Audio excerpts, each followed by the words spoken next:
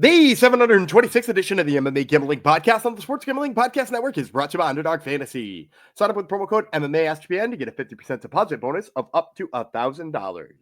And we're brought to you by Rebet, a new sportsbook available in 45 states. Download Rebet in your app store and use promo code SGPN for a 100% deposit match up to $100. And finally, we're brought to you by Rhythm, the leader in data-driven picks and props. Get your 7-day free trial today by going to sportsgamblingpodcast.com/RITHMM.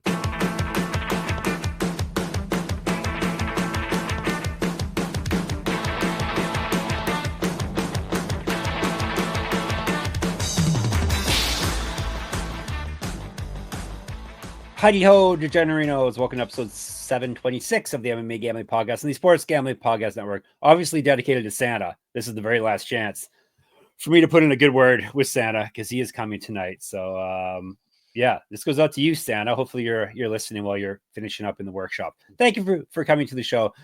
I am one of your hosts, Tip Sport Game Changer, Jeff Fox, and it's actually a fitting nickname because we're today's the second half of our Oktagon 65 preview. We're doing the main card today and the Tip Sport Game Changer Finals, aka the lightweight championship fight is actually pound for pound championship fight too. They're tied for number one right now in their pound for pound. Oh, very good. That voice you hear is the man on the left, aka Gumby Vreeland. Hello, Gumby. Merry Christmas and all that. Thank you. Merry Christmas to you as well. And when I talked to Losene Keita this week, he actually said that is the most important of the things on the line. Not beating Ronald Paradeiser for a second time, not winning the lightweight championship back, not winning the Tip Sport Game Changer at a big sack of money, being known as pound for pound number one. Okay. Very, very, very interesting. He's an interesting dude. Yeah, well, we'll find out very soon. Is it this week that we'll be hearing him on your podcast? Yeah, well, yeah, I got to get it in before these fights start. So yeah, it would have to be this week. Exactly. Yeah, because we are, of course, we're talking about Oktagon 65, Paradeiser versus Keita 2, which is going down in Prague, Czech Republic on the 29th. So less than a week. What, about almost half a week at this point. So MMA is not shut down just because the UFC is taking a break. So it's going down. It's a Sunday, which is rare for Oktagon. Usually it's always Saturday for them, right? Yeah, I don't know what the deal is, why this one's on the 29th instead of the 28th. My only guess is there's something I don't understand about holidays in other countries. Because, I mean, you guys got Boxing Day. I don't know what the hell that is. I consistently do not know what the hell that is. Just another holiday. It's just, it's okay. It's like any of ours that don't make sense, like Flag Day. Yeah. Yes. Arbor Day. Arbor Day. You should do Arbor Day too. You guys got trees. Should. Yeah. We should. You're right. But no, this is we don't know what's going down in the Czech Republic. Maybe someone can tell us if this has any significance that they're doing. It is in the comments. Yeah. Or just maybe that's when the O2 Arena in Prague was available. That's probably more than likely that's the case. So, all right, before we jump in, it reminds you missed out on our college football playoff challenge that we're running. But always check out our website for our giveaways and our contests, sportsgamblingpodcast.com. Obviously, even easier, grab our app in the App Store. Just search for SGPN in the App Store. Get our app for free. You can get all access to our site, our podcast, like the SGPN Flagship Podcast, all our contests, all the giveaways, all our articles, all that good stuff there. And of course, make sure you watch the flagship show SGP, Sports Gambling Podcast on YouTube and subscribe and all that good stuff. So, all right. As I mentioned, Oktagon 65 is what today is all about. Paradeiser versus Keita 2, Prague, Czech Republic, 29th, Sunday. 12 p.m. Eastern time is the start time. We covered the fights that will be happening at 12 noon last episode yesterday. So check that out. That was the first half. Today we're finishing things up. We're doing all 10 fights on the fight card. Yesterday was the first 5. Now the final 5. They don't really do prelims there. I think they have like one fight that they're Topology has some listed as prelims, but more often. So typically what they do is everything is just part of their like pay-per-view. There's usually like 8 fights on their pay-per-view, 9 fights on their pay-per-view, which you can get on their website, usually like $12. And then they've got like 1 or 2 fights that they put on YouTube, which they call the round 0 prelims. There's like a little preview show there, and then 1 or 2 prelims too. There you go. Gumby knows. We're kicking things off with, as I mentioned, O2 Arena in Prague, Czech Republic, if you want to go. I'm not sure if it's sold out, but big arena. So probably there's tickets left if you want to take a holiday trip to Prague. All right, kicking things off with a middleweight fight. Radovan Úškrt. It needs some vowels in there for the Slovak Republic. USKRT. He's missing some letters. Daniel Schwindt from Germany, 3 5-minute rounds, 185. And we'll tell you about. I didn't find odds for this one. Do you find odds at all for this? Fight I saw them, but now that I'm looking back, this is a replacement fight. So Schwindt, was not Úškrt's original opponent. So I have odds written down, but my guess is those are most likely his last opponent. Now that you mentioned that. Yep. Yeah, I think they probably are because that's all I was able to find too. So we'll tell you about Schwindt first. I'm guessing he's probably going to be the dog here. He's 5-2. Pretty big one. 4 knockouts, 1 submission, and he's been knocked out twice. So he owes us rounds, damn it. This is his short notice debut in Oktagon. Lost win over his last 4. He won via TKO in his last fight. He used to fight down at 170.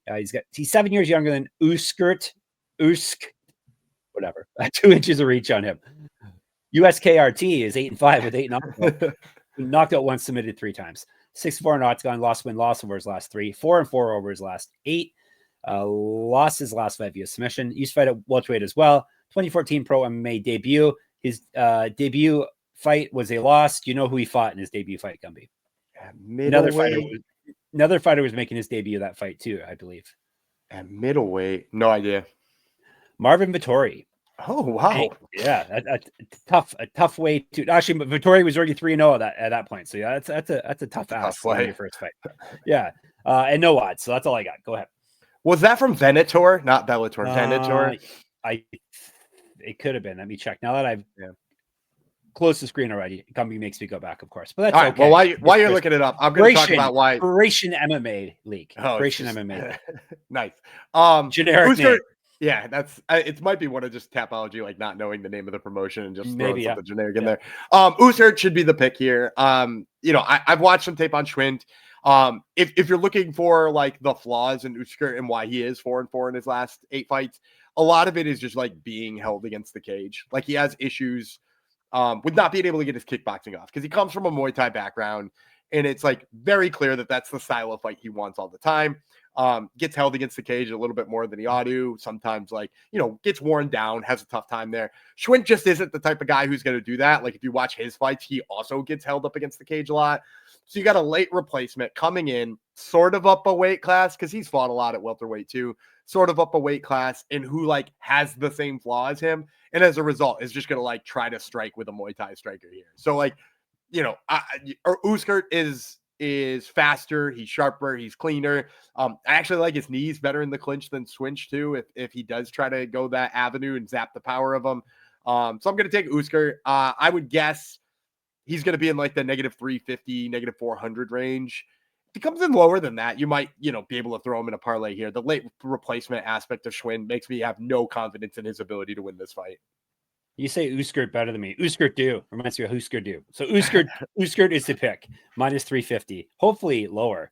Or actually, you said that line would be okay if you want to throw it in. Yeah, I'd be fine throwing -350. Yeah. I think he's gonna piece up Schwindt on the feet, and Schwindt's taking this on short notice. Like I said, up a weight class, not a good situation to be in. No. All right, next fight on the card is a middleweight fight. A couple names you may be familiar with, ladies and gentlemen. Gumby, of course. No, I'm sorry. Did I say bantamweight? Bantamweight fight. Yes. They'd have to gain a lot of weight from it. Jonas Mågård. He is from Norway. Is that correct? Denmark, I believe. Denmark. Excuse me. Denmark versus Igor Severino from Brazil. 3 5 rounds, 135. We do have odds. I will tell you about Mågård first. Shark is the nickname, which is more fitting for his opponent, but nonetheless, 17-6, 2 knockouts, 7 submissions. He's been knocked out once, submitted 4 times. 5-1 at Octagon. He's the former champion. He's won 2 straight in 506. He also is a regional champion, or was. He used to fight at 145 and 155. 2014 Pro MMA debut. An inch of height, 3 inches of reach over Severino, -110. It's pretty much a pick 'em. Severino, nickname Chomp Chomp, should be his nickname, Chomp Chomp, or Pac-Man, or something along those lines, or the Shark would even work. He's 8-1, 4 knockouts, 4 submissions. Never been finished in a fight. This is his debut. He famously went 0-1 in the UFC by biting his opponent. got himself DQ'd and fired. 1-0 contender series, regional champion, used to fight at 125, 11 years younger than Mågård, minus 120. So pretty much a pick 'em. And this was a fight you were excited about the odds when they first dropped. Yeah. Also, did we talk when Severino bit? I can't even remember who he bit at this point, but when he bit whoever he bit, did we talk about the fact that happened on The Ultimate Fighter one time and nobody ever talks about it? Really? Yeah. James Cheney bit Johnny Manley in the rib cage and left like teeth marks on his rib cage. He was like in a guillotine choke and couldn't get out, so he bit his ribs. And in between rounds, Johnny comes to the corner and he goes, "He bit me," and like shows the bite mark, and they just keep fighting. Manley winds up winning the fight, winds up getting a fight in the UFC. He lost his only UFC fight to Neil Magny. Certainly no shame in that. Then got fired. But yeah, Chinley's a good name for biting, first of all. James is Cheney. in his Cheney. or Cheney, yes. Yeah, Cheney. And also shows that no one cares about Ultimate Fighter except you, Gummy. No one even that was Ultimate Fighter like 12 though, or something like that. So it's been a minute. Neil Magny was on the episode. So there you go. Yeah, Andre Lima was the bite or the biter or the victim of the bite. Yes. All right. Enough about biting and MMA. This episode bites. Yeah, this episode bites. I'm gonna go with Jonas Mågård. I'm kind of shocked he was an underdog here, and I know Severino has got like the UFC pedigree, and certainly that helps odds all the time. But he's 0-1 in the UFC, and like he definitely was getting beat in that first round, and then in the second round, I thought the tides had started to turn because like his cardio is really good, and he's like an above average wrestler. And so, like, for his wrestling to start to play up when his opponent got tired, that's like a good sign in tons of fights, right? Like, in fact, I think he probably would have beat Lima if he didn't bite him. He like I said, the tides were turning. And so, all those things point to like good things for Severino. But like the problem is that like that's what Mågård's good at. If you've watched any of Jonas Mågård's fights before, like I think he's a little bit more polished on the feet, but more importantly, I think he stuffs every takedown that Igor Severino throws his way. In fact, I think he gets his own wrestling going in this fight. Like Mågård is a way up. I just called Igor Severino above average in his wrestling. I think Mågård is exceptional in his wrestling abilities. I like the way he works against the cage. There are like a couple of like really small things he does in his takedowns that I think are underrated. Like if you watch his single legs, not enough fighters do this because like a lot just like run the pipe or turn it into a double leg or like work up against the cage with a trip. But like Mågård does this thing that like is taught to you when you're like brand new in jiu-jitsu and people forget it at some point in time, where you like make a circle with the leg on the single leg so it goes down and back up. And like not enough people do that, but it like wildly off balances his opponents, and then he winds up with really good top control. So for me, we've got a guy in Severino who's like best attributes are his wrestling and his cardio up against a guy who I think is better at those two things. And we're getting Jonas Mågård at -110. I'm very shocked he's an underdog. I don't know that it will stay that way. I've seen a couple of polls on Oktagon social media. You know how like YouTube now has like posts instead of just, like not just videos and shorts, they have posts too. Octagon utilizes that format heavily. And I saw a poll the other day, who wins, Severino or Mågård? So I just clicked on Mågård just so I could see the results more than anything. And Mågård was like 78%. So to see him at a pick'em, or at least a little better than that, I don't know if it'll last that way. So as soon as your book offers odds on Mågård versus Igor Severino, get in on that Jonas Mågård line because I think the wrestling's going to rue the day. All right. Get in on it and ruin it for everyone else because he's going to destroy the lines. All right, before we move on, Underdog Pick'em. We got to tell you about Underdog Pick'em. Is one of the biggest menus for all sports. You win up to 1,000 times with Underdog streaks. Underdog is always making it easier to win with profit boosts and gimme pick'ems. NFL, college football, college basketball, MMA, NBA, NASCAR, and more. And you now use specials and boosts in all flex entries. Gummy, do you have any plays for us, flexed or non-flexed? Yeah, we might as well go Christmas Day because, the NBA's big day is Christmas Day. And we got the Mavericks playing on Christmas Day. And Luka Doncic historically went for 50 the last time he played on Christmas. And by the looks of it, at the time of us recording right now, I can't tell, but it looks like he's taking the 23rd off for his game tonight. So, spoiler alert, we're taping this on the 23rd. Looks like he's going to take that off. He's day to day. And I think he's just going to rest and then just come out like a bat out of hell on Christmas. So give me the higher than Luka Doncic's points. All right. Sign up with our code MMASGPN to claim your special pick and first time deposit offer up to $1,000 in bonus cash. UnderdogFantasy.com, promo code MMA SGPN. But will he hit the first basket of the game, Gumby? That's the big question. Do you know who the go-to for first buckets for the Dallas Mavericks is? He's gotten the last 2 in leads. Eric Lively? First. PJ Washington. Oh, okay. All right. There you go. A little tidbit there for you guys. There you go. All right. One more thing I got to tell you about Rebet. We are brought to you by Rebet. Rebet is a new social sportsbook available in 45 states. There are plenty of betting opportunities available on Rebet. Easy to use and great for people in states where traditional sportsbooks may be restricted. Download Rebet in the App Store and use the promo code SGPN for 100% deposit match up to $100. That's Rebet, promo code SGPN. Did you hit those plays, Gumby, or did you not hit the PJ Washington? I hit one of them. At plus 900. Shout out PJ Washington. Shout out PJ Washington. Yeah. Always shout out PJ Washington. Always. Nothing but gold the rest of the way. This is they are billing it their biggest fight night ever, and you pretty much can't really argue with at least on paper. We've got Oktagon vacant women's bantamweight championship coming up. Gumby, why is it vacant? I think Pudilová vacated it and then is back to take it back. Yep, there you go. She's crawled back to Oktagon. Lucie Pudilová, we would be speaking of. She's from the Czech Republic. She's up against Lucia Szabová. Yeah. Szabová.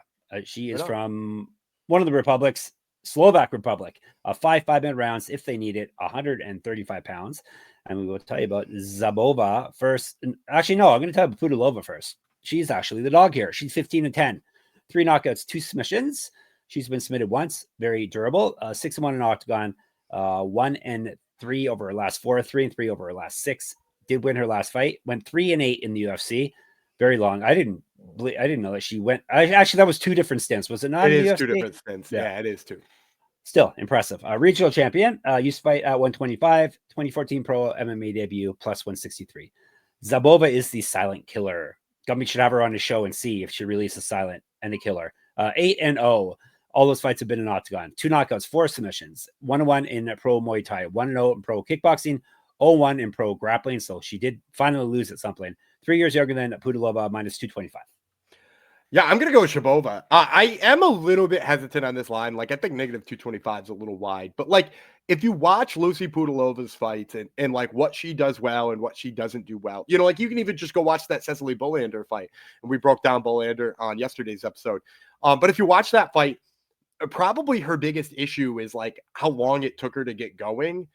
And then, like, she gets frustrated with not being able to land because, like, that's her main mode of scoring, right? It's like she's more of a kickboxer than anything else. So she gets really frustrated when she can't score on the feet and then starts kind of like overextending a little bit to the point where Bolander like cracked her once and dropped her, basically because she was a little bit off the balance, but also because she was like getting a little frustrated that she wasn't landing what she was trying to. And if we watch Szabová, it's almost the exact opposite. Like, the thing I like about Szabová is she starts extremely quick. Her aggression is much higher. She likes to move forward and get after it pretty quickly. I like her in the clinch a little bit better than I like Pudilová. You know, like, Pudilová is also, it's worth noting, is made 25. So, like, she has a natural disadvantage against some of these, like, natural 135ers. So I like Szabová if it winds up in the clinch there too. And in general, just like, I think her kickboxing is much cleaner. You know, she's 8-0 for a reason. I think she's going to move forward. I think she's going to get going early. You know, with that, I think we're going to see a situation where Szabová is probably up 2 rounds right off the bat because she got going earlier. And like, while Pudilová might try to be making up ground and stuff like that, I think it's going to mean she starts swinging wildly. So even if she starts like, you know, she lands a little bit in one round or even like, you know, smacks Szabová hard enough that she's going to win one of those rounds, I also think it's going to tire her out. So like the conservation of energy with Pudilová is almost not worth it because she dumps it right afterwards. So give me Szabová here. I think especially as the fight begins, she's going to be in charge. And then after that, I'm looking for counters. All right. Szabová is the pick here to the co-main event already. This gentleman was on Gumby's Top Turtle MMA podcast last week. The challenger that would be Will Fleury.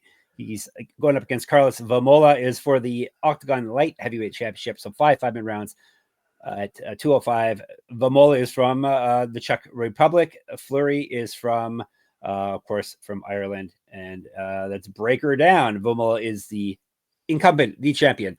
So we'll tell you about the challenger first. Will Fleury is 13-3 with 1 no contest, 3 knockouts, 4 submissions.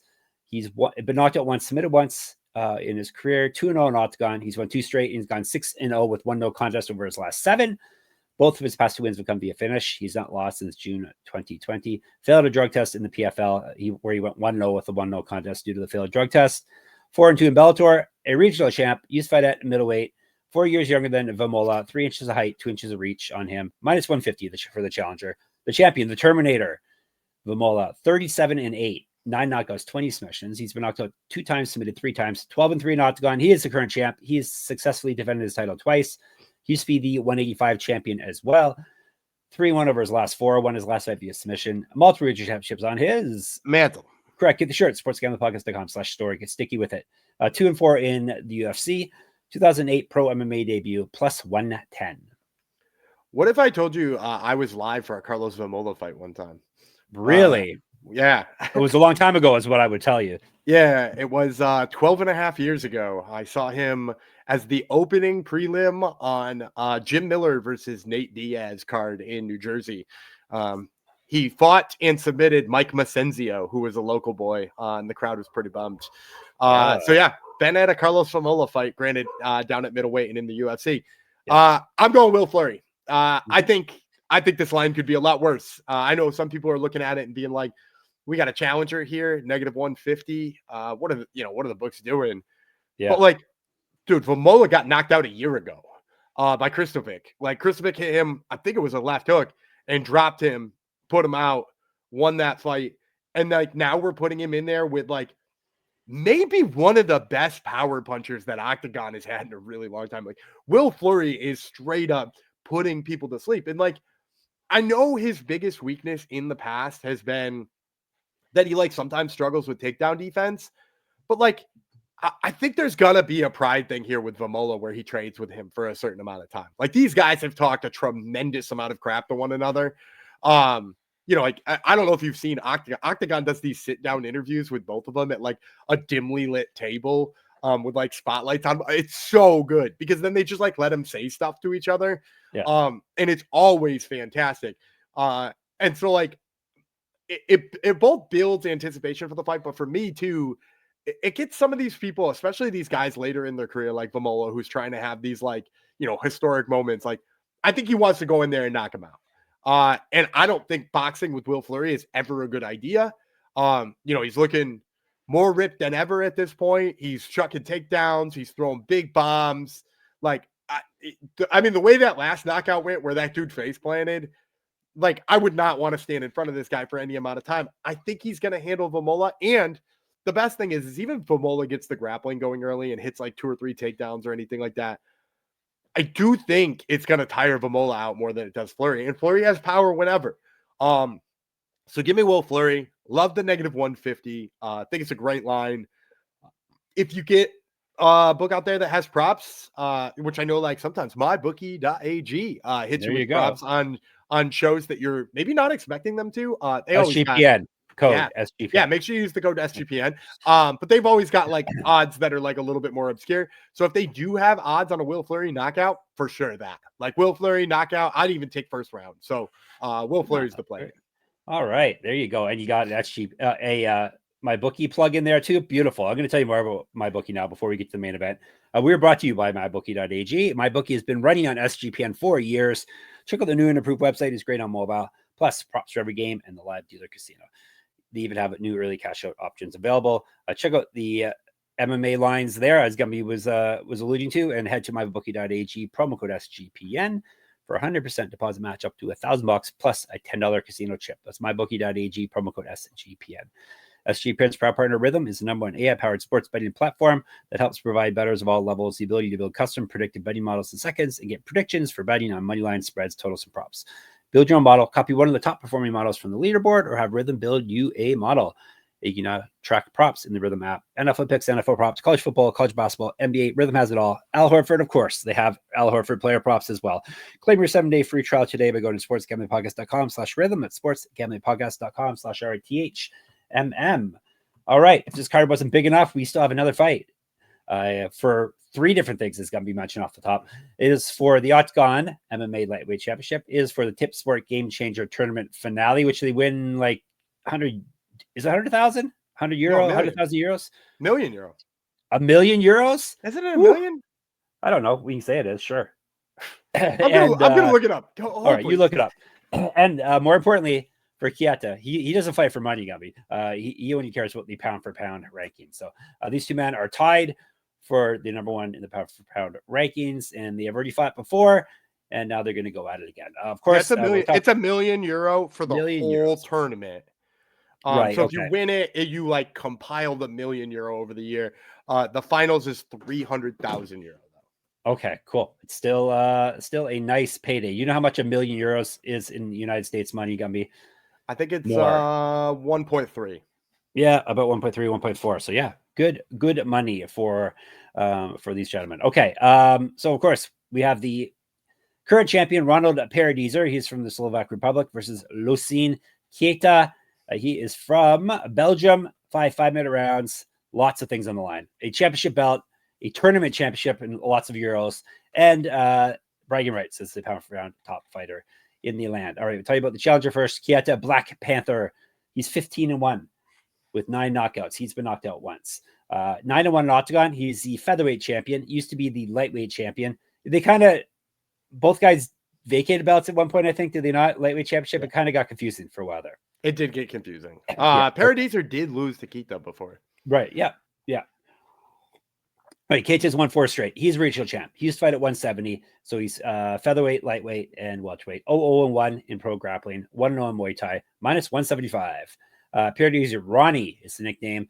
Catchy. 21-8, 12 knockouts, 3 submissions. He's been knocked out once, submitted 5 times. 15-4 in Octagon, and the current champ. He's won 8 straight fights. He's not lost since February 2022, which famously was against Keita. That's a lot of fights, though, in a couple of years. So UFC guys dream of being able to fight 8 times in 2 years. Used to fight at 170 and 185. 2014 pro MMA debut. 5 inches of height over Keita, plus 138. Yeah, I'm going Paradeiser. Really? Yeah.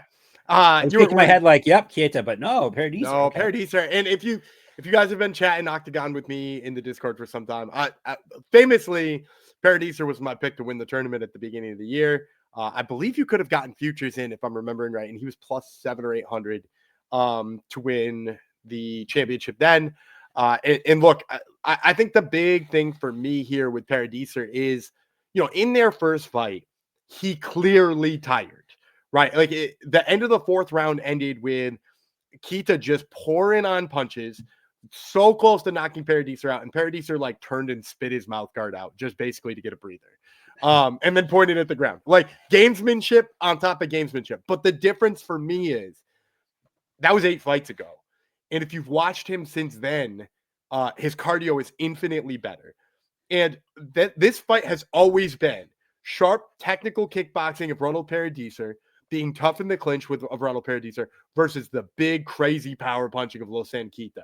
And you know me, I always would prefer the tactician. I would always prefer the guy, especially if I think he's good defensively.